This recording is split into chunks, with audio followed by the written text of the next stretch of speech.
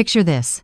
The grand ballroom of the Riverside Conference Center, crystal chandeliers casting warm light over 300 guests in evening wear, the gentle murmur of conversation and clinking glasses, and then silence.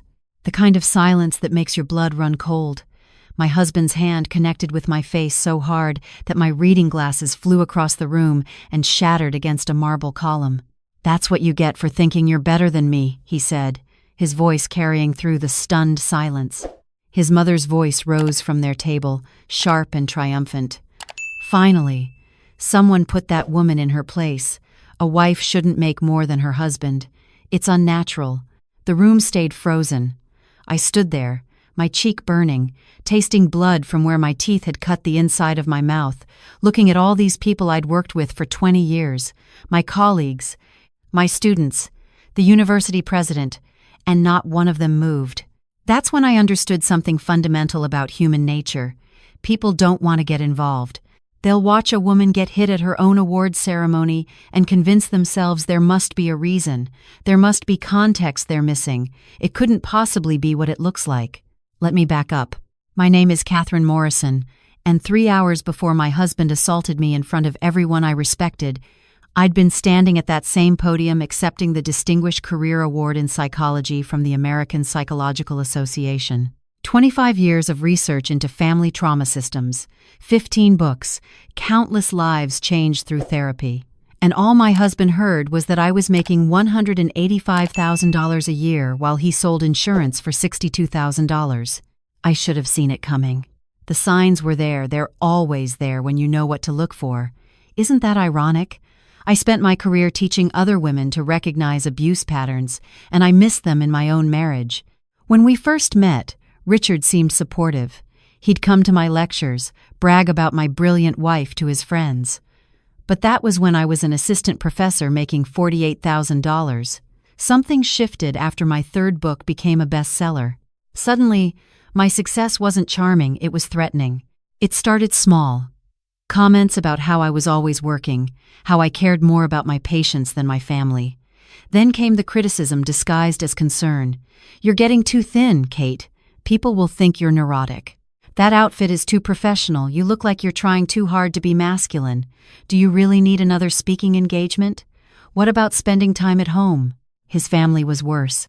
His mother, Patricia, made it her mission to remind me that real women prioritize their husbands. His father would joke about how Richard couldn't compete with me. His sister constantly asked when we'd have children, implying my career had made me selfish and barren. I was 58 years old. I'd built my career over decades. I wasn't about to apologize for it. But here's what I didn't see. Richard had been systematically undermining me for 3 years. While I was traveling for conferences, he was telling our neighbors I was having affairs. While I was writing my last book, he was calling my department chair with concerns about my mental stability. While I was treating patients, he was stealing from our joint accounts.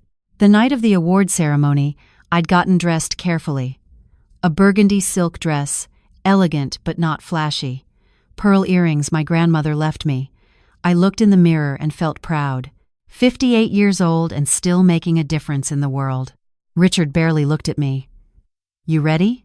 he asked, already heading to the car. At the reception before the ceremony, he drank. Heavily. I watched him throw back scotch after scotch, his jaw getting tighter each time someone congratulated me. His mother and father were there, along with his sister Janet. They'd formed a little cluster in the corner, and I could see them watching me, whispering. When my name was called for the award, I walked to that podium feeling the weight of my entire career. The president of the APA gave a beautiful speech about my contributions to the field. I looked out at the audience and saw my colleagues standing, applauding. It should have been the highlight of my professional life. I spoke for 10 minutes about the importance of breaking cycles of family trauma, about how we teach people to recognize and escape toxic systems. The irony of what would happen next still haunts me. As I walked back to my table with the Crystal Award in my hands, I saw Richard's face. Pure rage. His mother was leaning over, saying something to him, and his sister was nodding. Something in my gut twisted the same intuition I'd learned to trust when assessing dangerous family situations in my practice. I sat down carefully, placing the award in front of me. Kate, always the star, Janet said, her voice dripping with false sweetness. Must be exhausting, being so accomplished. It's fulfilling work, I replied, keeping my voice neutral. That's when Richard stood up. Must be nice, he said loudly, having everyone kiss your ass all the time. Heads turned at nearby tables. Richard, you're drunk, I said quietly. Please sit down. Oh, please sit down, Richard, he mimicked in a cruel falsetto. Don't embarrass me, Richard. Don't remind everyone that I'm married to a failure who can't support his family. That's not, I started, but he grabbed my arm, hard enough to bruise. You think you're so smart, he hissed. You think your little degree makes you better than everyone else. You're nothing. You're just a woman who got lucky. I should have left then. I should have stood up, excused myself, and walked out, but pride kept me in that chair. Pride and the horrible, misguided belief that if I just stayed calm, if I just handled it right, he would remember where we were and pull himself together. His father raised his glass. To Richard, he announced to our table, for putting up with a woman who forgot how to be a wife. A few people laughed, nervous, uncomfortable laughs, but laughs nonetheless.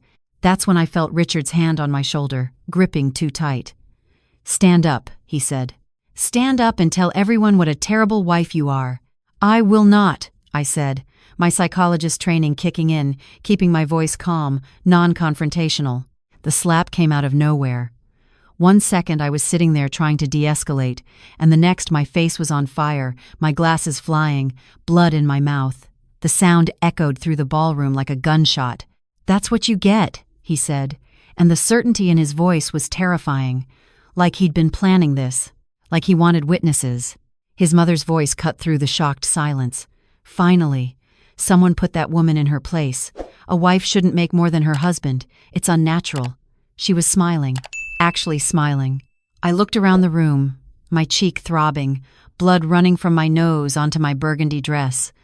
300 people, colleagues who'd worked with me for decades, students I'd mentored, and everyone just stared. The university president half stood, then sat back down. My department chair looked at his shoes. A few women in the back whispered to each other but didn't move. That's when I heard heels clicking across the marble floor, purposeful and fast, Doctor. Sarah Chen, my colleague of 15 years, was walking toward our table with the kind of expression that makes smart people get out of the way. Sarah wasn't just a psychology professor. She was also a forensic psychologist who consulted for the FBI on domestic violence cases and testified as an expert witness in criminal trials. More importantly, her husband was Judge Marcus Chen of the district court. She didn't ask if I was okay. She pulled out her phone and started taking photographs. My face, the broken glasses, the blood. Don't touch anything, she said calmly, documenting everything with practiced efficiency. Then she turned to Richard. I'm Dr. Sarah Chen. I'll be providing expert testimony at your assault trial. You just committed a felony in front of 300 witnesses. Richard's face went white. His mother sputtered, Now wait just a minute. Ma'am, Sarah said, her voice deadly calm, you just encouraged assault. That makes you an accessory. I'd suggest you remain silent.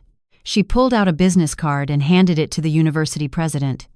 I'm calling the police. This is a mandatory arrest situation. I suggest you get hotel security to secure this room. We have a crime scene. It's funny what shock does to time. Everything felt like it was happening underwater.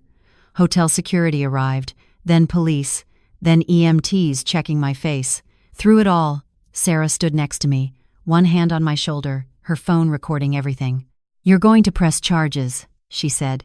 It wasn't a question. Yes, I heard myself say. Good. I've been watching him all night. I saw the verbal abuse before the physical assault. I documented everything. She looked at me with the kind of understanding that only comes from someone who's seen this 1,000 times. Kate, this wasn't random. This was calculated. He wanted to destroy you publicly. She was right, but I didn't know how right until 3 days later. They arrested Richard that night. Assault and battery. His mother actually tried to intervene, telling the officers that wives need discipline sometimes. They explained to her that assault is assault, and if she continued, she'd be arrested for obstruction. I went home alone that night to a hotel, actually, Sarah insisted. Don't go back to your house until we secure it, she said. Trust me. The next morning, my face looked like I'd been in a car accident. Purple bruises, swollen nose, a cut on my cheekbone. I took photographs from every angle. Then I called my attorney. That's when things got interesting. My attorney, David Rosenberg, took one look at my face and made a call. I'm bringing in someone, he said. A forensic accountant. Something about this doesn't add up. Men don't usually assault their wives at public events unless they're desperate or trying to send a message. The forensic accountant, a sharp woman named Linda Martinez, sat down with me the next day. Dr. Morrison, I need you to pull up your bank accounts. All of them. I did. And my stomach dropped. Our savings, $145,000 that should have been there, gone. My retirement account, which I'd been contributing to for 25 years, showing suspicious withdrawals totaling over $80,000. Credit cards I didn't know existed in my name, maxed out. Oh God, I whispered. There's more, Linda said grimly. These withdrawals started 3 years ago, right after your book deal. The credit cards were opened using your information, but at a different mailing address, his mother's house. Sarah, who'd insisted on being present, leaned forward. He's been systematically stealing from her. Not just stealing, Linda said. Look at this. She pulled up a spreadsheet. He's been gambling. Online poker, sports betting, casino trips to Atlantic City. He's lost over $200,000 in 3 years. My hands went numb. My money. Your money, Linda confirmed. But here's where it gets worse. 6 months ago, he took out a second mortgage on your house, forged your signature for $150,000. That money is gone too.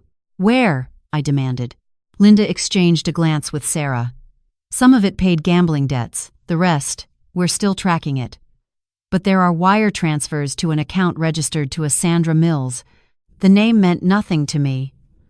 Who's Sandra Mills? We don't know yet, Linda said. But we'll find out. It took 4 days to find Sandra Mills. 4 days during which I stayed at Sarah's house, sleeping in her guest room, jumping at every sound. 4 days of going through financial records with Linda, documenting every theft, every forged signature, every lie.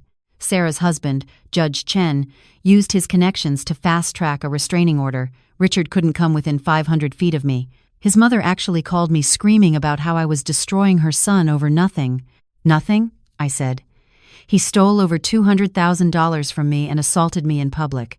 You provoked him, she shrieked, always throwing your success in his face, always making him feel small. I hung up on her. I'd spent my career teaching people that abuse is never the victim's fault, and I wasn't about to let that woman rewrite reality. Sarah found Sandra Mills. Or rather, Sarah's private investigator found her. Sandra Mills was a 28-year-old cocktail waitress at the casino where Richard had been gambling. She was also 5 months pregnant. He told me he was divorced, Sandra said when Sarah and I met with her at a diner in Jersey. She looked young and scared and devastatingly naive. He said his ex-wife was crazy, that she'd tried to ruin him, that he was just waiting for the paperwork to finalize. We're not divorced, I said flatly. We're not even separated. We've been married for 12 years. Sandra's face crumpled. Oh, God, he said. He said he loved me. He said we'd get married after the divorce.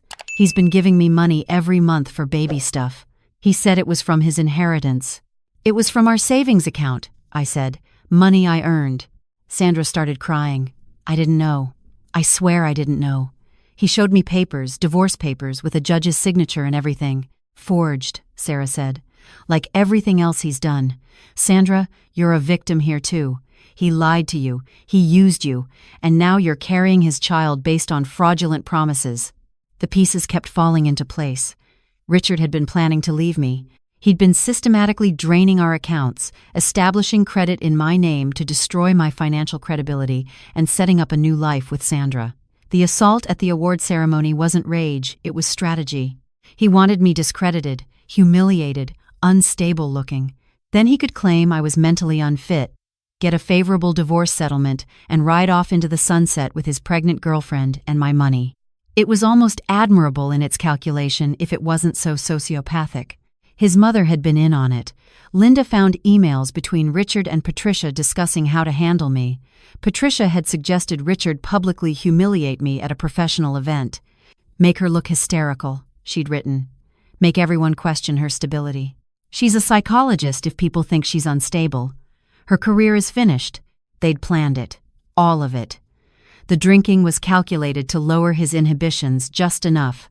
The family's presence was for backup, to support his narrative. The assault was meant to break me publicly. They didn't count on Sarah. They didn't count on me pressing charges. And they certainly didn't count on Linda uncovering the whole financial fraud. The district attorney loved the case. Assault, identity theft, forgery, embezzlement, she said, reviewing Linda's findings. We can get him on multiple felonies. What about his mother? I asked.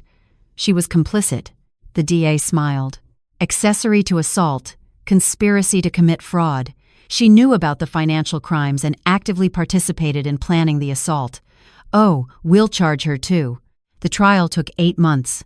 8 months of depositions, of going through every financial record, of Sandra testifying about Richard's lies, of that video from the award ceremony being played over and over in court. Sarah testified as an expert witness on the psychology of public abuse and financial control. She was devastating on the stand, explaining how abusers isolate their victims, how they undermine their credibility, how they use public humiliation as a tool of control. Richard's defense tried to paint me as a domineering wife who'd emasculated him.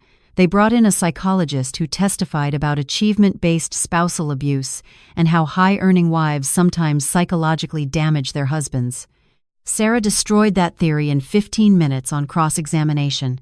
She pulled out texts Richard had sent his mother, emails about his gambling, messages to Sandra promising marriage. This isn't a damaged man, she said. This is a calculating criminal who committed fraud and assault to cover his crimes. The jury deliberated for 4 hours. Guilty on all counts: assault and battery, identity theft, forgery, embezzlement of marital funds, wire fraud. Patricia was convicted as an accessory and for conspiracy to commit fraud.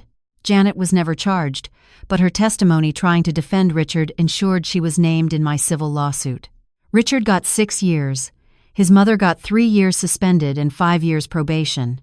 They also had to pay restitution every penny they'd stolen, plus damages, plus my legal fees.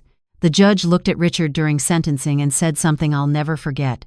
You used your wife's success as justification for abuse and theft. You attempted to destroy a woman whose life's work has been helping abuse victims. The irony is profound, and the sentence reflects the severity of your betrayal. Sandra had her baby a girl. She named her Catherine, after me. We have coffee sometimes. She's getting her life together, working toward a nursing degree. She tells her daughter stories about being strong, about recognizing lies, about never settling for less than respect. As for me, I wrote another book. This one's about financial abuse in intimate partnerships. It's being used in law schools now as a textbook. I give lectures about recognizing calculated abuse versus impulsive violence. The award ceremony assault is now a case study in forensic psychology programs. The university made a big show of apologizing for their non-response that night. They implemented new protocols for witnessing violence at university events. Several colleagues privately apologized. I accepted some apologies. Others I didn't. Sarah and I are closer than ever. We co-authored a paper on the intersection of financial and physical abuse. Her husband still jokes that I'm the only person who scares him more than his wife does. I rebuilt my finances. It took 3 years, but I recovered everything Richard and Patricia stole, plus damages. I bought a smaller house. I didn't want to live in the place Richard had violated with his lies. This house is mine. Every square inch paid for with my own money, no one else's name on the deed. I'm 61 now. I still practice psychology. I still write. I still give lectures. But now when I talk about abuse, I talk about my own experience too. I show that photograph from the award ceremony, my face bruised, my glasses broken, blood on my dress, and I explain what was really happening behind that slap. It wasn't about my success, I tell audiences. It was about his fear. It wasn't about his ego. It was about his crimes. And it wasn't about love gone wrong. It was about control slipping away. People ask if I'll ever marry again. I laugh at that question. Marriage isn't on my radar. Trust isn't something you rebuild overnight, and I'm perfectly content with my independence. I have friends. I have colleagues. I have work that matters. I have a life that's fully, completely mine. Sometimes people recognize me from the trial. It was covered extensively in the media. Psychologist's abusive husband convicted in public assault and fraud case. I've made peace with being known for this. If my story helps one woman recognize financial abuse before it escalates, if it helps one person understand that public violence is about calculation, not rage, then it was worth it. I saw Richard once after the trial. He was being transferred between facilities, and his transport van stopped at a light next to my car. We made eye contact through the window. He looked older, smaller, diminished. I felt nothing. Not anger, not sadness, not even satisfaction. Just nothing. That's when I knew I'd truly healed.